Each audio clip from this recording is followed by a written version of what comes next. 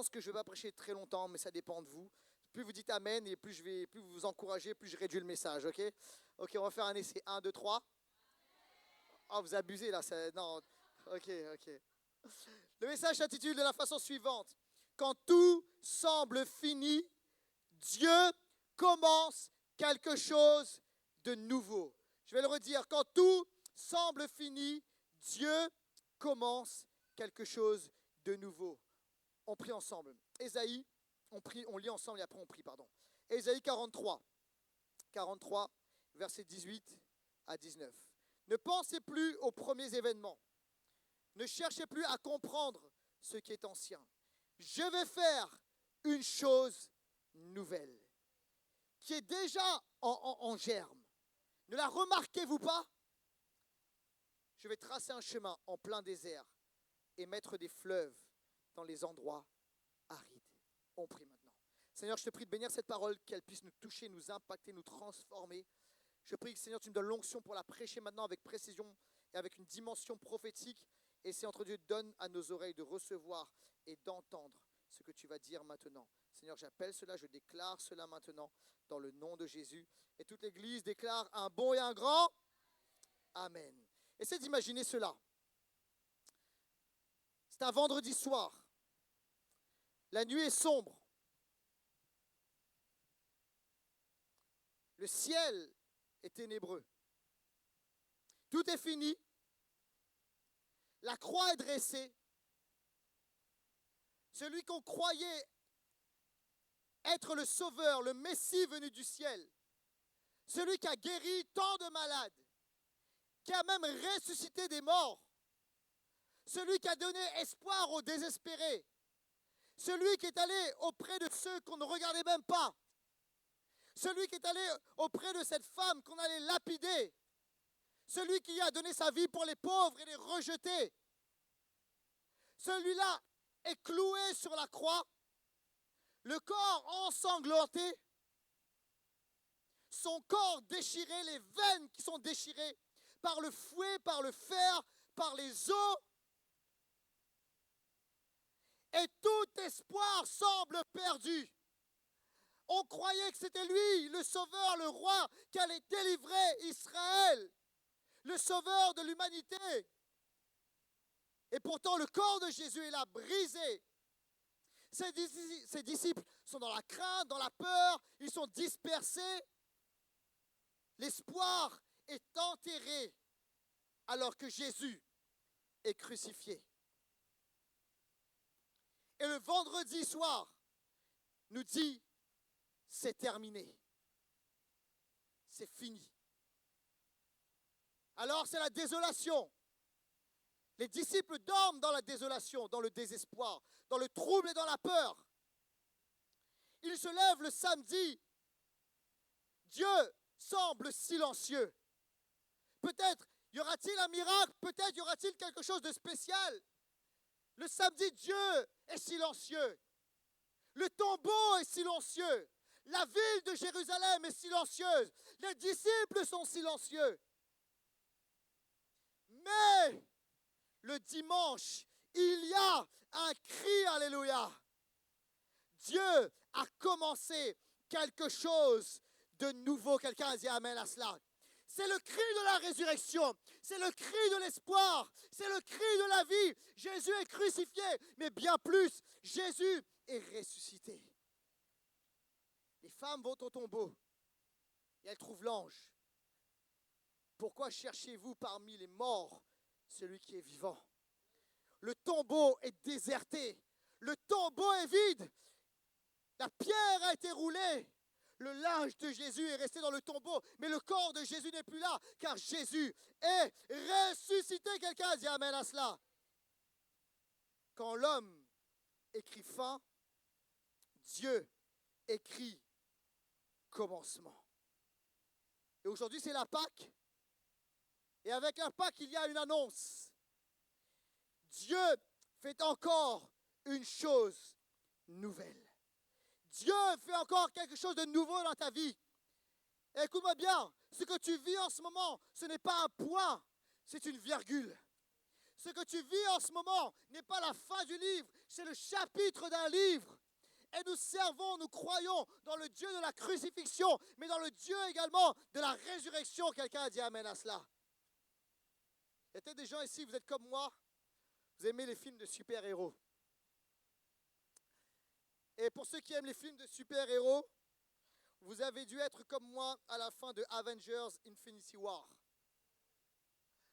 Peut-être vous avez été au cinéma, vous êtes sorti du cinéma, un peu triste, un goût amer à la fin du film.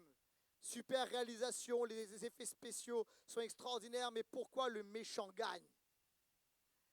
Et où sont les héros? Et tu pars un peu triste, mais tu sais que ce n'est pas la fin. Mais pour les fans, pendant plusieurs années, on a attendu la suite. Et la suite est arrivée. Avengers Endgame. Et ce qui devait arriver arriva. Le méchant a été vaincu et les héros ont gagné. Et écoutez bien ceci. Il y a ici un modèle extraordinaire. Ce modèle, on le retrouve à travers tellement de films. Mais surtout, ce modèle est un modèle biblique. C'est un cycle spirituel que l'on retrouve à plusieurs reprises. Un cycle puissant, un modèle puissant. C'est que lorsque on pense que tout est sombre, que tout est fini, Dieu n'a pas dit son dernier mot. Quelqu'un a dit amen à cela. Et dans Ésaïe 43, Dieu dit ceci: je vais faire quelque chose de nouveau. Quelque chose est en germe. Quelque chose de glorieux arrive. Quelque chose d'extraordinaire arrive. Oubliez les premiers événements. Ne cherchez plus à comprendre ce qui est ancien. Je vais faire une chose nouvelle. Et en fait, le Seigneur dit ceci: je vais faire un chemin en plein désert et mettre des fleuves dans les endroits arides. Et ça nous parle du retour glorieux de Jésus et du règne extraordinaire de Dieu sur la terre comme au ciel. Quelqu'un a dit amen à cela. Mais alors que la prophétie est ici donnée, Ésaïe, celui qui prophétise, parle à un peuple qui est fatigué, qui est en exil, qui est brisé. Mais au milieu de cette déchéance, de cette désolation, Dieu parle.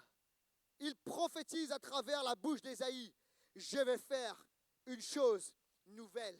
Je vais amener une résurrection. Ne regarde pas simplement ce qu'il y a autour de toi. Ne regarde pas uniquement ta désolation. Regarde avec espérance et une vision du futur. Je vais accomplir une résurrection extraordinaire. Et cette parole est une vision prophétique pour nous. Dieu est en train de faire une chose nouvelle dans le temps dans lequel nous sommes. Quelqu'un a dit amen à cela. Dans ce monde, mais également dans l'Église, alors que nous sommes dans les derniers temps. Oui, nous voyons autour de nous des guerres et des bruits de guerre, la désolation autour de nous. Nous voyons des mouvements et on se dit: qu'est-ce qui se passe? Et en fait, oui, il y a cette réalité de quelque part des heures sombres, quelque part des douleurs de l'enfantement. Mais écoutez bien ceci, nous devons marcher avec une vision prophétique, car au milieu de ce temps, Dieu élève une génération qui va marcher dans la puissance de la résurrection. Quelqu'un dit amen à cela et applaudit le Dieu qui donne la vision de la résurrection dans ce lieu. Alléluia.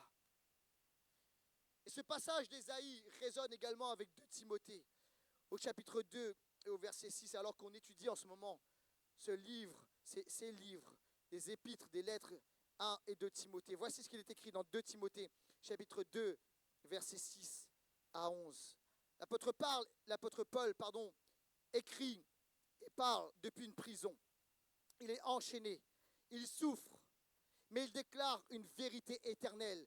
La parole de Dieu n'est pas enchaînée. 2 Timothée 2, 6 à 11. Le cultivateur qui travaille dur doit être le premier à récolter les fruits. Comprends ce que je dis et que le Seigneur te donne en effet de l'intelligence en toutes choses. Souviens-toi de Jésus, le Messie ressuscité, issu de la descendance de David. Il dit ceci: souviens-toi, souviens-toi. Église, souviens-toi de Jésus le ressuscité. Souviens-toi de Jésus, conformément à l'évangile que je prêche et pour lequel je souffre au point d'être enchaîné comme un malfaiteur. Mais la parole de Dieu n'est pas enchaînée. Quelqu'un dit amen à cela. C'est pourquoi je supporte tout à cause de ceux qui ont été choisis, afin qu'eux aussi obtiennent le salut qui est en Jésus-Christ avec la gloire éternelle. Cette parole est certaine. Si nous sommes morts avec lui, nous vivrons avec lui. Alléluia. On rentre dans le premier point directement. Premièrement, le modèle divin. La croix précède toujours la gloire. Alléluia. Paul dit ceci, si nous sommes morts avec lui, nous vivrons avec lui. Alléluia. Et il dit aussi, le cultivateur travaille dur. Ok? Il doit être le premier, mais il va être le premier à récolter le fruit. Quelqu'un dit amen à cela. Écoutez bien ceci. La résurrection n'est pas un accident, c'est un modèle. La croix n'est pas une erreur. La mort n'est pas une défaite. C'est un passage. Alléluia. Et écoutez bien ceci. Dans le royaume de Dieu, la mort précède toujours la vie. Je vais le redire. La mort précède toujours la vie. Et ce modèle traverse toute la Bible. Joseph, prison puis palais.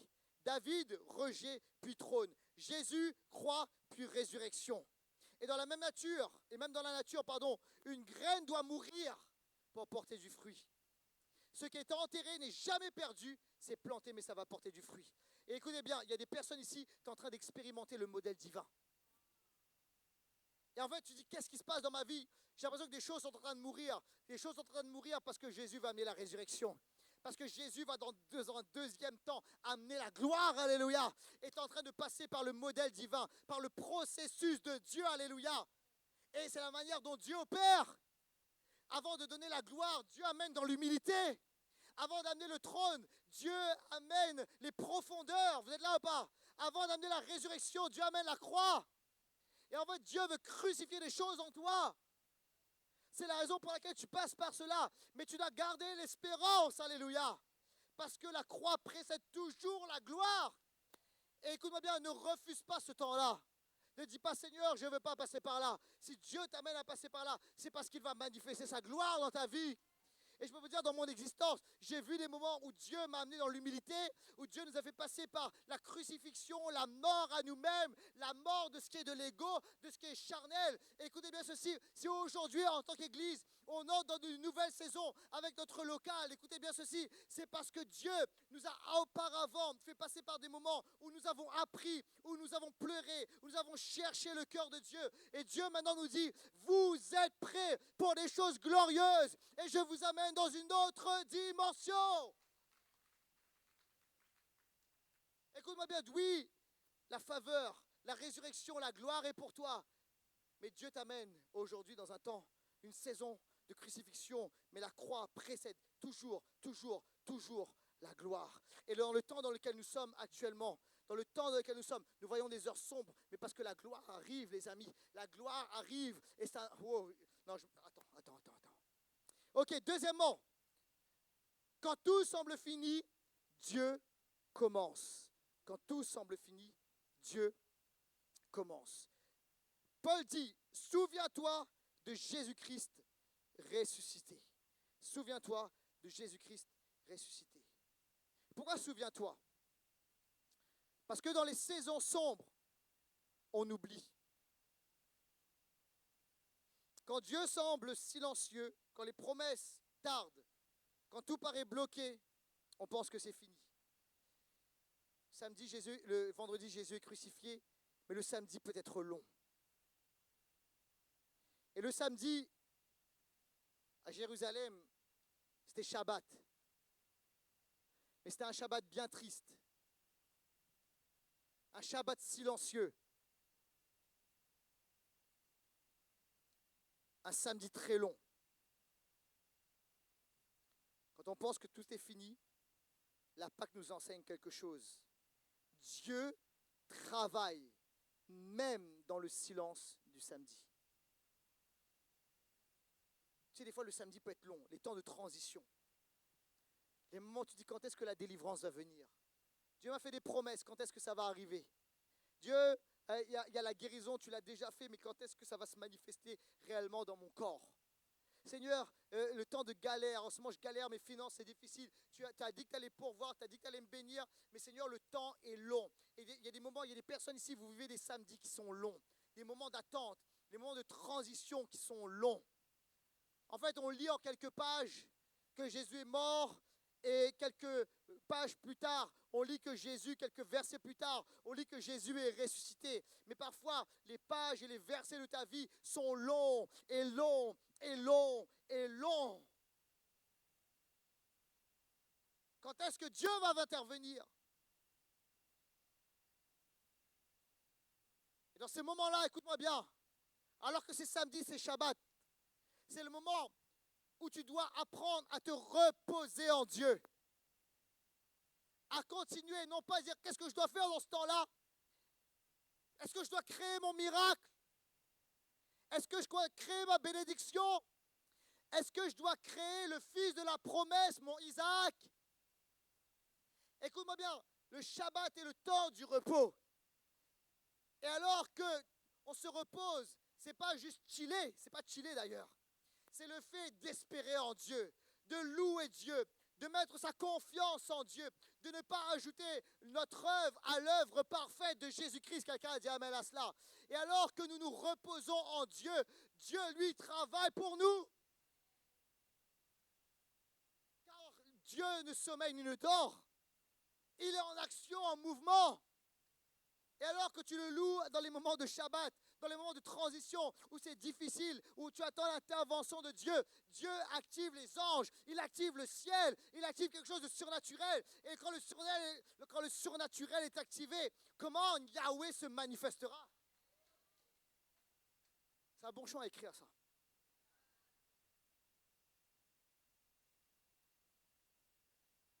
Dieu est en train de préparer une résurrection pour toi. Ton samedi n'est pas un arrêt, c'est une incubation divine. Troisièmement, la résurrection est une certitude. Rien ne peut arrêter ce que Dieu a décidé de faire. Rien. Satan se réjouissait. Peut-être que l'enfer tapait des mains. Peut-être que les démons là, qui étaient consignés dans les tréfonds de l'enfer, dans les lieux souterrains, trépignaient. Mais écoute-moi bien, aucun démon, aucune puissance, rien, ni les hauteurs, ni les profondeurs, ni les longueurs, ni les largeurs, rien, aucune puissance, aucune domination, aucune autorité, aucun nom, aucun esprit, rien ne peut arrêter ce que Dieu a décidé de faire pour Jésus et pour toi. Quelqu'un a dit amen à cela. Rien ne peut arrêter la main de Dieu. Tu peux enchaîner un homme, mais tu ne peux pas arrêter une promesse. Tu peux sceller un tombeau, mais tu ne peux pas empêcher une résurrection. Tu peux enterrer un corps, mais pas enterrer le plan de Dieu. Alléluia. Cette parole est certaine, dit Paul dans 2 Timothée. Cette parole est certaine. Il parle d'une certitude. Écoute-moi bien, la résurrection est une certitude. La résurrection est un pilier du christianisme, une fondation fondamentale. Et si la résurrection n'existe pas, le christianisme n'existe pas. Et c'est le plus grand scam, la plus grande arnaque de tous les temps. Mais la résurrection est certaine, dit l'apôtre Paul. C'est une certitude historique. Le tombeau est vide. Le corps de Jésus n'a jamais été retrouvé. Jamais été retrouvé. Même les ennemis de Jésus n'ont pas pu le produire, etc. Non. Le corps de Jésus n'a jamais été retrouvé. Ça dit, mais qu'est-ce qui s'est passé? Peut-être que Jésus n'était pas vraiment mort. Écoute-moi bien. Admettons. Mais Jésus, peut-être il restait encore un peu de vie en lui. Jésus est passé par la croix. Et tu sais quoi? La croix, des fois il y a des versions soft, des films avec la version soft. Si tu veux voir la vraie version de la croix, tu regardes le film de Mel Gibson, la Passion du Christ. Ça, c'est la vraie version de la croix. C'est exactement ce qui s'est passé. C'est trop violent. Ouais, je peux comprendre que ce soit trop violent, mais c'est cette violence-là qu'a subi Jésus. Ok? Mais admettons, finalement, il y a une erreur. Jésus n'était pas vraiment mort. Ok? Donc Jésus était déposé dans le tombeau. Une lourde pierre. C'est pas une petite pierre, c'est pas quelques pierres. C'est un énorme rocher. Et il fallait plusieurs personnes, des hommes costauds, des guerriers, des militaires, pour déplacer cette pierre. Vous êtes avec moi ou pas? Ok? Donc admettons, Jésus n'était pas vraiment mort. Il y a une lourde pierre. Il y a des gardes romains. D'accord? Et si tu perds un exécuté, si tu perds un exécuté ou un prisonnier, si tu dois en répondre de ta vie. Donc admettons, Jésus n'est pas vraiment mort. Ok? Mais il a subi la croix. Il lui reste encore un peu de force. Ok? Il ouvre les yeux. Il faut que ce Jésus qui a été crucifié, frappé, etc., trouve la force de rouler la pierre. de maîtriser les gardes et de sortir tranquille, relax. Écoutez bien, impossible. Puis il fallait dire, écoute-moi bien, que les disciples disent, ok, les gars, on va organiser un truc. Hein, finalement, tu vois, Jésus, avec tout ce qu'il a vécu, crois-moi qu'il allait quand même succomber quelques heures après, ou quelques jours après. Mais il fallait quand même organiser un truc. Les gars, on va dire, je suis ressuscité, etc. etc. Peut-être, moi j'aime bien faire des blagues. Hein, je suis l'île de la Réunion, les Réunionnais, etc. On aime blaguer. Mais au bout d'un moment, tu sais, quand tu es au péril de ta vie, tu vois, on va toi-même te crucifier, on va te tuer, tu vas mourir comme martyr. Et en fait, la blague, c'était que Jésus est ressuscité, d'accord? Parce que c'était ça, c'est un mensonge. Tu sais, au bout d'un moment, les blagues comme ça, moi, je les arrête vite. Vous êtes là ou pas? Sauf que les gars ont été mourir, non pas pour une blague, mais pour une vérité. Jésus est véritablement ressuscité. Quelqu'un a dit amen à cela? Des témoins oculaires. 500 personnes ont véritablement vu Jésus.